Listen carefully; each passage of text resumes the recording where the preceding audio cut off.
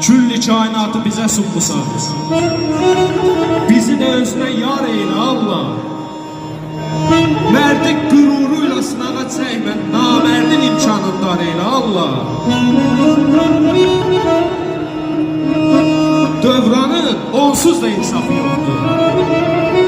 İndi mənliyini unudan çoxdur. Kimin ki cibi boş gözləri toxdur, sən onun yoxunu var eyle Allah.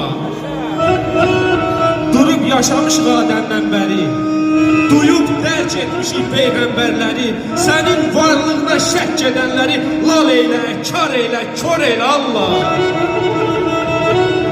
Bir tək bu bəndən əlin gəlməsin, qoyma gözlərimi qəm kör etməsin, Elməddin Laçına həsrət ölməsin, onu öz kəndinə qar eylə Allah, onu öz kəndinə qar eylə Allah.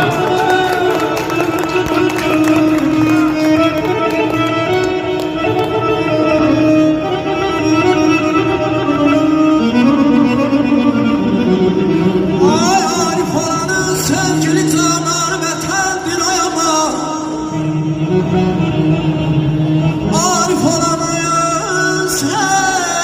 canları vətəndir. Hem namusu hem gayreti